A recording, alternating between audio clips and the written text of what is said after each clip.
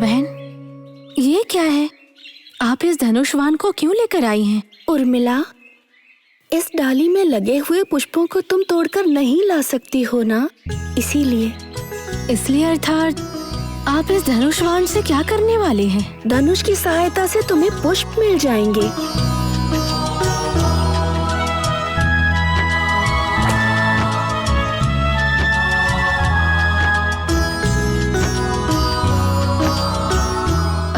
सीता बहन, आपका बाण प्रयोग बहुत अद्भुत है।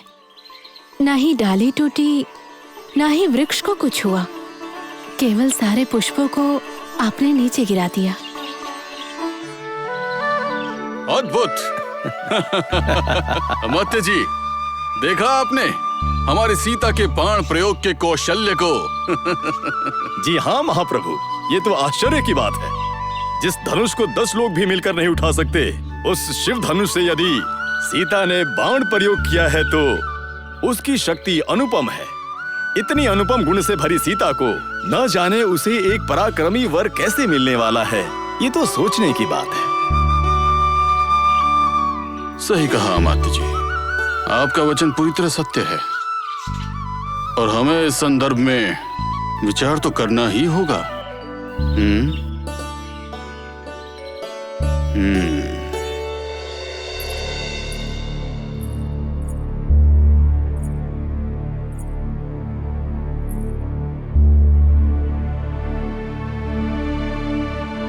महाप्रभु, आप कब से किस चिंता में डूबे हैं? देवी, आज मैंने परम अद्भुत और परम आश्चर्यचकित कर देने वाले दृश्य को देखा था, उसी बारे में विचार कर रहा हूं देवी। सच में? आप मुझे बता सकते हैं कि वो क्या है? बताता हूं देवी। आज हमारे राज्य उद्यान में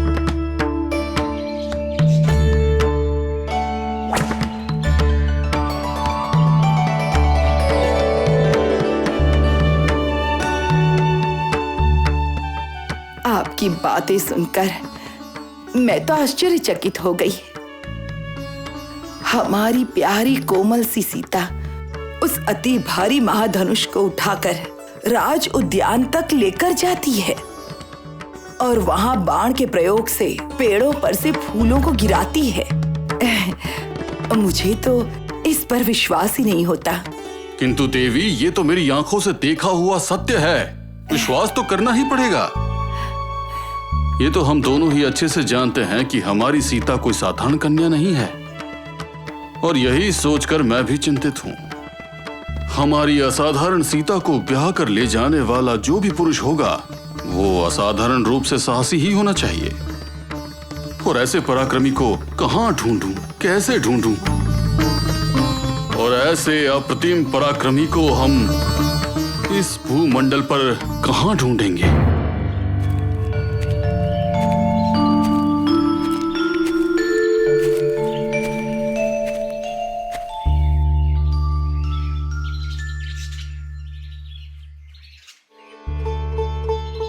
कौशल्या सुप्रजा रामा पूर्व संध्या प्रवर्तते उत्तिष्ठ नरशार्दुला कर्तव्यम दैवमाणिकम्।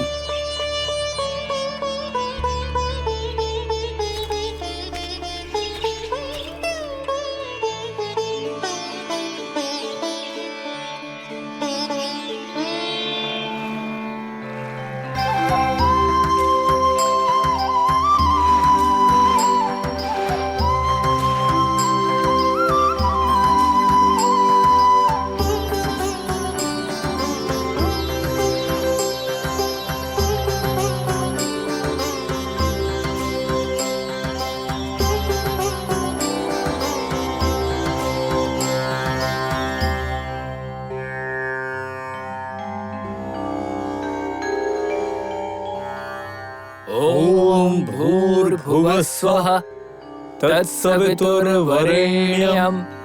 भर्गो देवस्य धीमहि धियो यो नः प्रचोदयात्।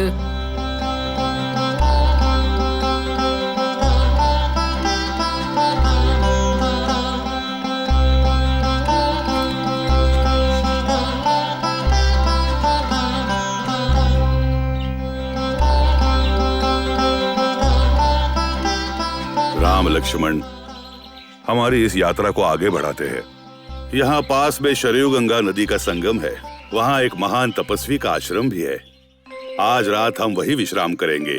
कल प्रातः काल हम आश्रम की तरफ प्रयाण करेंगे। जैसा आप कहें गुरुभाई। आ जाओ।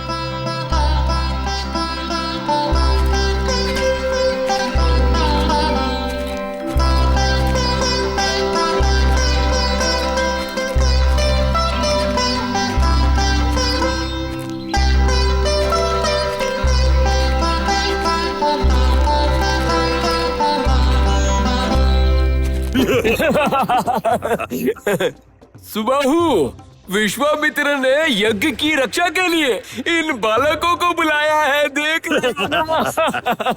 कहते हैं राम है, लक्ष्मण है और ये बालक यज्ञ की रक्षा करेंगे। अग्रज, चलो अभी चलकर इस बात को प्रभु को बता देते हैं।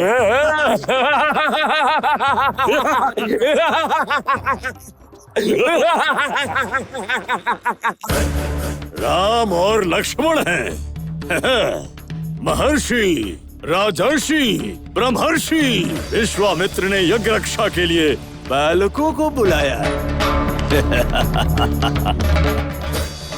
मुझे उस विश्वामित्र के मूर्खता पर हंसी आ रही है। मारीच, सुबाहु, उन बालकों के आगमन से तुमसे उस यज्ञ की रक्षा करना असंभव है। तुम कितने बलशाली हो ये पूरे संसार को दिखा दो। उस यज्ञ का नाश कर दो और साथ ही वध कर दो उन दोनों बालकों का भी। आज के पश्चात तुम्हारे विरुद्ध खड़े होकर इस धरती पर किसी भी मनुष्य की रक्षा करना असंभव है, ये पूरे संसार को बता दो। तुम अपने यज्ञ नाश कार्य को आगे बढ़ाओ। अवश्य प्रभु, आप जैसा कह रहे वैसा ही होगा। चाहे रक्षा कोई भी कर रहा हो, हम उस विश्वामित्र के यज्ञ को भंग कर देंगे। प्रभु लंकाधीश्वर, विश्वामित्र का यज्ञ भंग हो गया है, ये समाचार अभी आपको सुनाते हैं।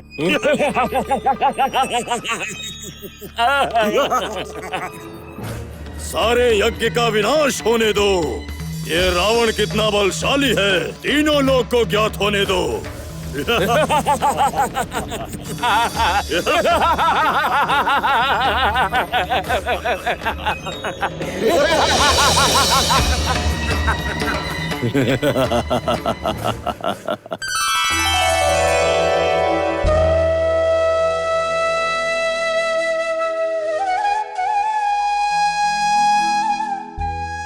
सीता, ये तुम्हारे हाथ इतने कोमल हैं सीता, सुमन की तरह नर्म है।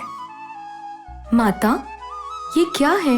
आप तो ऐसे देख रही हैं जैसे आज से पहले आपने मेरा हाथ कभी नहीं देखा हो। सीता, तुम जब से हमें मिली हो तब से तुम्हारे इन हाथों को मैं देखती आ रही हूँ, परंतु तुम्हारे इन हाथों की शक्ति क्या है ये मैं अभी तक नहीं जान पाई। आपने मेरे हाथों में ऐसी कौन सी शक्ति देखी है माताश्री? उस महान शिव धनुष को उठाकर बलपूर्वक बाण प्रयोग करने की शक्ति तुम्हारे इन कोमल हाथों में है, ये बात मुझे अभी पता चली। सीते, ये तुमसे कैसे संभव हो पाया?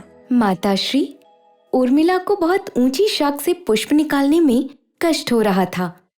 उसे वो पुष्प हर हाल में प्राप्त हो, मैंने ये दृढ़ संकल्प किया। शिव धनुष को अपने हाथों में लेकर मैंने बाण का प्रयोग किया, और उसमें ऐसी कौन सी विशेष शक्ति है ये तो मुझे आप ही बता सकती हैं। किंतु हम ये सोच रहे हैं, तुम जिनके पास इतनी अप्रतिम शक्ति है, उसे उससे भी बढ़कर शक्तिशाली पुरुषोत्तम को खोजकर उसका विवाह कैसे करेंगे?